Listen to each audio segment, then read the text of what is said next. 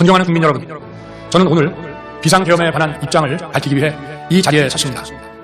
지금 야당은 비상계엄 선포가 내란죄에 해당한다는 공란의 칼춤을 추고 있습니다. 정말 그렇습니까? 과연 지금 대한민국에서 국정마비와 건문란을 보이고 있는 세력이 누구입니까? 지난 2년 반 동안 거대 야당은 국민이 뽑은 대통령을 인정하지 않고 끌어내리기 위해 퇴진과 탄핵 선동을 멈추지 않았습니다. 대선 결과를 승복하지 않은 것입니다. 대선 이후부터 현재까지 무려 178회에 달하는 대통령 퇴진 탄핵 집회가 임기 초부터 열렸습니다. 대통령의 국정 운영을 마비시키기 위해 우리 정부 출범 이후부터 지금까지 수십 명의 정부 공직자 탄핵을 추진했습니다. 탄핵된 공직자들은 아무 잘못이 없어도 소추부터 판결 선고시까지 장기간 직무가 정지됩니다. 탄핵이 발의되고 소추가 이루어지기 전 많은 공직자들이 자진 사퇴하기도 하였습니다. 탄핵 남발 국정을 마비시켜 온 것입니다. 장관, 방통위원장 등을 비롯하여 자신들의 비위를 조사한 감사원장, 검사들을 탄핵하고 판사들을 겁박하는 지경에 이르렀습니다. 자신들의 비위를 덮기 위한 방탄 탄핵이 공직기관과 질서를 완전히 무너뜨리는 것입니다. 뿐만 아니라 위헌적법 법안을 27번이나 발의하면서 정치 선동 공세를 가해왔습니다. 극기하는 범죄자가 스스로 자기에게 면죄부를 주는 셀프 방탄 입법까지 밀어붙이고 있습니다. 거대 야당이 지배하는 국회가 자유민주주의의 기반이 아니라 자유민주주의 헌정 질서를 파괴하는 괴물이 된 것입니다. 이것이 국정마비요 국가 위기 상황이 아니면 무엇이란 말입니까? 이것뿐만이 아닙니다. 지금 거대 야당은 국가 안보와 사회 안전까지 위협하고 있습니다. 예를 들어 지난 6월 중국인 3명이 드론을 띄워 부산에 정박 중이던 미국 항공모함을 촬영하다 적발된 사건이 있었습니다. 이들의 스마트폰과 노트북에서는 최소 2년 이상 한국의 군사시설들을 촬영한 사진들이 발견됐습니다. 지난달 40일에는 40대 중국인이 드론으로 정원을 촬영하다 붙잡혔습니다. 이 사람 중국에서 입국하자마자 곧장 정원으로서 이 같은 일을 벌인 것으로 확인됐습니다. 하지만 현행 법률로는 외국인의 간첩 행위를 간첩죄로 처벌할 길이 없습니다. 이러한 상황을 막기 위해 형법에 간첩죄 조항을 정하려 하였지만 거대 야당이 완강히 가로막고 있습니다. 지난 정권 당시 국정원의 대공수사권을 박탈한 것도 모자라서 국가보안법 폐지도 시도하고 있습니다. 국가 안보를 위협하는 간첩을 잡지 말라는 거 아닙니까? 북한의 불법적인 핵무장과 미사일 위협 고발에도 GPS 교란과 오물 풍선에도 민주노총 간첩 사건에도 거대 야당은 이에 동조할 뿐 아니라 오히려 북한 편을 들면서 이에 대응하기 위해 고군분투하는 정부를 흠집내기만 했습니다. 북한의 불법 핵 개발에 따른 유엔 대북 제재도 먼저 풀어야 한다고 주장합니다. 도대체 어느 나라 정당이고 어느 나라 국회인지 알 수가 없습니다. 검찰과 경찰의 내년도 형비, 활비 예산은 아예 0원으로 깎았습니다. 금융사기 사건, 사회적 약자 대상 범죄, 마약 수사 등 인생침해 사건 수사, 그리고 대공수사에 쓰이는 기묘한 예산입니다. 마약, 딥페이크 범죄 대응 예산까지도 대폭 삭감했습니다. 자신들을 향한 수사 방해를 넘어 마약 수사, 보복수사와 같은 민생사범 수사까지 가로막는 것이 대한민국을 간첩천국, 마약 소국, 로폭나라로 만들겠다는 것 아닙니까? 이런 사람들이야말로 나라를 망치려는 반국가 세력 아닙니까? 그래놓고 자신들의 선을 유지하기 위한 국회 예산은 오히려 늘렸습니다. 경제도 위기 비상 상황, 거대 야당은 대한민국의 성장 동력까지 엇들이려고 하고 있습니다. 민주당이 삭감한 내년 예산 내역을 보면 잘 알 수 있습니다. 원전 생태계 지원 예산을 삭감하고 체코 원전 수출 지원 예산은 무려 90%를 깎아버렸습니다. 차세대 원전 개발 관련 예산은 거의 전액을 삭감했습니다. 기초과학연구, 양자 반도체, 바이오 등 미래 성장 동력 예산도 대폭 삭감했습니다. 동해가스전 시추 예산, 이른바 대왕고래 사업 예산도 사실상 전액감했습니다. 청년 일자리 지원 사업, 취약계층 아동 자산 형성 지원 사업, 아이들 돌봄 수당까지 손을 댔습니다. 산업 생태계 조성을 위한 혁신 성장 펀드, 강소기업 육성 예산도 삭감했습니다. 대해 대책 예비비 무려 1조 원을 삭감하고 팬데믹 대비를 위한 백신 개발과 관련 R&D 예산도 깎았습니다. 이처럼 지금 대한민국은 거대 야당의 의회와 폭거로 국정이 마비되고 사회 질서가 교란돼 행정과 사법의 정상적인 수행이 불가능한 상황입니다. 국민 여러분, 여기까지는 국민 여러분께서도 많이 아시고 계실 것입니다. 하지만 제가 비상계엄이라는 엄중한 결단을 내리기까지 그동안 직접 하마 밝히지 못했던 더 심각한 일들이 많이 있습니다. 작년 하반기 선거관리위원회를 비롯한 헌법기관들과 정부기관에 대해 북한의 해킹 공격이 있었습니다. 국가정보원이 이를 발견하고 정보 유출과 전산 시스템 안전성을 점검하고자 했습니다. 다른 모든 기관들은 자신들의 참관하에 국정원이 점검한 것에 동의하여 시스템 점검이 진행되었습니다. 그러나 선거관리위원회는 헌법기관임을 내세우며 완강히 거부하였습니다. 그러다가 선관위의 대규모 채용 부정 사건이 터져 검사와 수사를 받게 되자 국정원의 점검을 받겠다고 한 발 물러섰습니다. 그렇지만 전체 시스템 장비의 아주 일부분만 점검에 응하였고 나머지는 불응했습니다. 시스템 장비 일부분만 점검했지만 상황은 심각했습니다. 국정원 직원이 해커로서 해킹을 시도하자 얼마든지 데이터 조작이 가능하였고 방화벽도 사실상 없는 것이나 마찬가지였습니다. 비밀번호도 아주 단순하여 1, 2, 3, 4, 5 식이었습니다. 시스템 보안관리 회사도 아주 작은 규모의 전문성이 매우 부족한 회사였습니다. 저는 당시 대통령으로서 국정원의 보고를 받고 충격에 빠졌습니다. 민주주의 핵심이 선거를 관리하는 전산 시스템이 이렇게 엉터리인 어떻게 국민들이 선거 결과를 신뢰할 수 있겠습니까? 선관위도 국정원의 보안 점검 과정에 입회하여 직접 보았지만 자신들이 직접 데이터를 조작한 일이 없다는 변명만 되풀이할 뿐이었습니다. 선관위는 헌법기관이고 사법부 관계자들이 위원으로 있어 영장에 의한 압수수색이나 강제 수사가 사실상 불가능합니다. 스스로 협조하지 않으면 진상규명이 불가능합니다. 그날 24년 4월 총선을 앞두고도 문제 있는 부분에 대한 개선을 요구했지만 제대로 개선되었는지는 알 수 없습니다. 그래서 저는 이번에 국방장관에게 선관위 전산 시스템을 점검하도록 지시한 것입니다. 최근 거대 야당 민주당이 자신들의 비리를 수사하고 감사하는 서울중앙지검장과 검사들, 헌법기관인 감사원장을 탄핵하겠다고 하였을 때 저는 이제 더 이상은 그냥 지켜볼 수만 없다고 판단했습니다. 뭐라도 해야 되겠다고 생각했습니다. 이들은 이제 곧 사법부에도 탄핵의 칼을 들이댈 것이 분명했습니다. 저는 비상계엄령 활동을 생각하게 되었습니다. 거대 야당이 헌법상 권한을 남용하여 위헌적 조치들을 계속 반복했지만 저는 헌법의 틀 내에서 대통령의 권한을 행사하기로 했습니다. 현재의 망국정 국정마비 상황을 사회 교란으로 인한 행정사법의 국가 기능 붕괴 상태로 판단하여 계엄령을 발동하되 그 목적은 국민들에게 거대 야당의 반국가적 해압을 알려 이를 멈추도록 권고하는 것이었습니다. 그럼으로써 자유민주주의 헌정질서의 붕괴를 막고 국가 기능을 정상화하고자 했습니다. 사실 12월 4일 계엄 해제 이후 민주당에서 감사원장과 서울중앙지검장 등에 대한 탄핵안을 오류하겠다고 발표하여 짧은 시간에 계엄을 통한 메시지가 일정 부분 효과가 있었다고 생각했습니다. 그러나 이틀 후 오류하겠다던 탄핵 소추를 그냥 해버렸습니다. 비상계엄의 명분을 없애겠다는 뜻이었습니다. 애당초 저는 국방장관에게 과거의 계엄과는 달리 계엄의 형식을 빌려 금의 위기 상황을 국민들께 알리고 호소하는 비상조치를 하겠다고 했습니다. 그래서 유지에 필요한 소수의 병력만 투입하고 실무장은 하지 말고 국회의 계엄 해제 의결이 있으면 바로 병력을 철수시킬 것이라고 했습니다. 실제로 국회의 계엄 해제 의결이 있자 국방부 청사에 있던 국방장관을 제 사무실로 오게 하여 즉각적인 병력 철수를 지시하였습니다. 제가 대통령으로서 발령한 이번 비상조치는 대한민국의 헌정 질서와 국헌을 망가뜨리려는 것이 아니라 국민들에게 망국의 위기 상황을 알려드려 헌정 질서와 국헌을 지키고 회복하기 위한 소규모이지만 병력을 국회에 투입한 이유도 거대 야당의 망국적 행태를 상징적으로 알리고 계엄 선포 방송을 본 국회 관계자와 시민들이 대거 몰릴 것을 대비하여 질서 유지를 하기 위한 것이지 국회를 해산시키거나 기능을 마비시키려는 것이 아닌 감형 300명 미만의 실무장하지 않은 병력으로 그 넓은 국회 공간을 상당 기간 장악할 수 없는 것. 과거와 같은 계엄을 하려면 수만 명의 병력이 필요하고 광범위한 사전 논의와 준비가 필요하지만 저는 국방장관에게 계엄령 발령 담화 방송으로 국민들께 알린 이후에 병력을 이동시키라고 지시했습니다. 그래서 10시 30분 담화 방송을 하고 병력 투입도 11시 30분에서 12시 조금 넘어서 이루어졌습니다. 1시 조금 넘어 국회의 계엄 해제 결의가 있자 즉각 즉군 철수를 지시하였습니다. 결국 병력이 투입된 시간은 한두 시간 정도에 불과합니다. 만일 국회 기능을 마비시키려 했다면 평일이 아닌 주말을 기해서 계엄을 발동했을 것이고 국회 건물에 대한 안전 단수 조치부터 취했을 것이고 방송 송출도 제한했을 것이고 그러나 그 어느 것도 하지 않았습니다. 국회에서 정상적으로 심의가 이루어졌고 방송을 통해 온 국민이 국회 상황을 지켜보았습니다. 자유민주 헌정 질서를 회복하고 수호하기 위해 국민들께 망국적 상황을 호소하는 불가피한 비상조치를 했지만 사상자가 발생하지 않도록 안전사고 방지에 안전을 기하도록 하였고 사병이 아닌 무사관 이상 정예 병력만 동시키도록 한 것입니다. 저는 이번 비상계엄을 준비하면서 오로지 국방장관하고만 논의하였고 대통령실 내가 일부 인사에게 선포 직전 국무회의에서 알려 각자의 담당 업무 관점에서 우려되는 반대 의견 내진도 많았습니다. 저는 국정 전반을 보는 대통령의 입장에서 그런 상황에서 이런 조치가 불가피하다고 설명했습니다. 군 관계자들은 모두 대통령의 비상계엄 발표 이후 병력 이동 지시를 따른 것이니만큼 이들에게는 전혀 잘못이 없습니다. 그리고 분명히 말씀드리지만 저는 국회 관계자의 국회 출입을 막지 않도록 하였고 그래서 국회의원과 엄청나게 많은 인파가 국회 마당과 본관 본 회의장으로 들어갔고 계엄 해제 안건 심의도 진행한 것입니다. 그런데도 어떻게든 내란죄를 만들어 대통령을 끌어내리기 위해 수많은 허위 선동을 만들어내고 있습니다. 도대체 2시간짜리 내란이라는 것이 있습니까? 질서 유지를 위해 소수의 병력을 잠시 투입한 것이 똥이란 말입니다. 거대 야당 거짓 선동으로 탄핵을 서두르는 이유가 무엇이겠습니까? 단 하나입니다. 거대 야당 대표의 유죄 선고가 임박하자 대통령의 탄핵을 통해 이를 회피하고 고기 대선을 치르려는 것입니다. 국가 시스템을 무너뜨려서라도 자신의 범죄를 덮고 국정을 장악하려는 것입니다. 이야말로 국헌 문란 행위 아닙니까? 저를 탄핵하든 수사하든 저는 이에 당당히 맞서요. 저는 이번 계엄 선포와 관련해서 법적 정치적 책임 문제를 회피하지 않겠다고 이미 말씀드린 바 있습니다. 저는 대통령 취임 이후 지금까지 단 한순간 개인적인 인기나 대통령 임기 자리 보존에 연연해온 적이 없습니다. 자리 보존 생각만 있었다면 국헌 문란 세력과 맞서 싸울 일도 없었고 이번과 같이 비상계엄을 선포하는 일은 더더욱 없었을 것입니다. 5년 임기 자리 지키기에만 매달려 국가와 국민을 외면할 수 없었습니다. 저를 뽑아준 국민의 뜻을 버릴 수 없었습니다. 하루가 멀다 하고 다수의 힘으로 입법 폭고를 일삼고 오로지 방탄에만 혈안되어 있는 거대 야당의 의회 국제에 맞서 대한민국의 자유민주주의 헌정 질서 지키려 했던 것입니다. 그 길밖에 없다고 판단해서 내린 대통령의 헌법적 결단이자 통치 행위가 어떻게 내란이 될 수 있습니까? 대통령의 비상계엄 선포권 행사는 사명권 행사, 외교권 행사와 같은 사법 심사의 대상이 되지 않는 통치 행위입니다. 국민 여러분, 지금 야당은 저를 중범죄자로 몰면서 당장 대통령직에서 끌어내리려 하고 있습니다. 만일 망국적 헌불란 세력이 이 나라를 지배한다면 어떤 일이 벌어지겠습니까? 위헌적인 법률, 헬프 면제부 법률, 경제 폭망 법률들이 국회를 무차별 통과해서 이 나라를 완전히 부술 것입니다. 건전산업, 반도체 산업을 비롯한 미래 성장 동력은 고사될 것이고 중국산 태양광 시설들이 전국의 살림을 파괴할 것입니다. 우리 안보와 경제의 기반인 한미 동맹, 한미일 공조는 또다시 무너질 것입니다. 북한은 핵과 미사일을 고도화해 우리의 삶을 더 심각하게 위협할 것입니다. 그러면 이 나라 대한민국의 미래가 어떻게 되겠습니까? 간첩이 활개치고 마약이 미래 세대를 망가뜨리고 조폭이 설치는 그런 나라가 되지 않겠습니다. 지금껏 정 마비와 국헌 문란을 주도한 세력과 범죄자 집단이 국정을 장악하고 대한민국의 미래를 위협하는 일만큼은 어떤 일이 있어도 막아야 합니다. 저는 끝까지 싸울 국민 여러분, 국정 마비의 망국적 비상 상황에서 나라를 지키기 위해 국정을 정상화하기 위해 대통령의 법적 권한으로 행사한 비상계엄 조치는 대통령의 고도의 정치적 판단이고 오로지 국회의 해제 요구만으로 통제할 수 있는 것. 이것이 사법부의 판례와 헌법학계의 다수 의견임을 많은 분들이 알고 있습니다. 저는 국회 해제 요구를 각 수용해 계엄 발령 요건에 관해 다른 생각을 가지고 계신 분들도 있습니다만 나라를 살리려는 비상 조치를 나라를 망치려는 내란 행위로 보는 것은 여러 헌법학자와 법률가들이 지적하는 바와 같이 우리 헌법과 법 체계를 심각한 위험에 빠뜨리는 것이 저는 묻고 싶습니다. 지금 여기저기서 광란에 칼춤을 추는 사람들은 나라가 이 상태에 오기까지 어디서 도대체 무엇을 했습니까? 대한민국의 상황이 위태롭고 위기에 놓여 있다는 생각도 전혀 하지 않았다는 말입니까? 공직자들에게 당부한 엄중한 안보 상황과 글로벌 경제 위기에서 국민의 안전과 인생을 지키는 일에 흔들림 없이 매진해 주시기 바랍니다. 국민 여러분, 지난 2년 반 저는 오로지 인민만 바라보며 자유민주주의를 지키고 재건하기 위해 우리와 부정민주주의를 가장한 폭거에 맞서 싸워 피와 땀으로 지켜온 대한 우리의 자유민주주의를 지키는 길에 모두 하나가 되어주시 간곡한 마음으로 호소드립니다. 저는 마지막 순간까지 국민 여러분과 함께 싸우겠습니다. 짧은 시간이지만 이번 계엄으로 놀라고 불안하셨을 국민 여러분께 다시 한번 사과드립니다.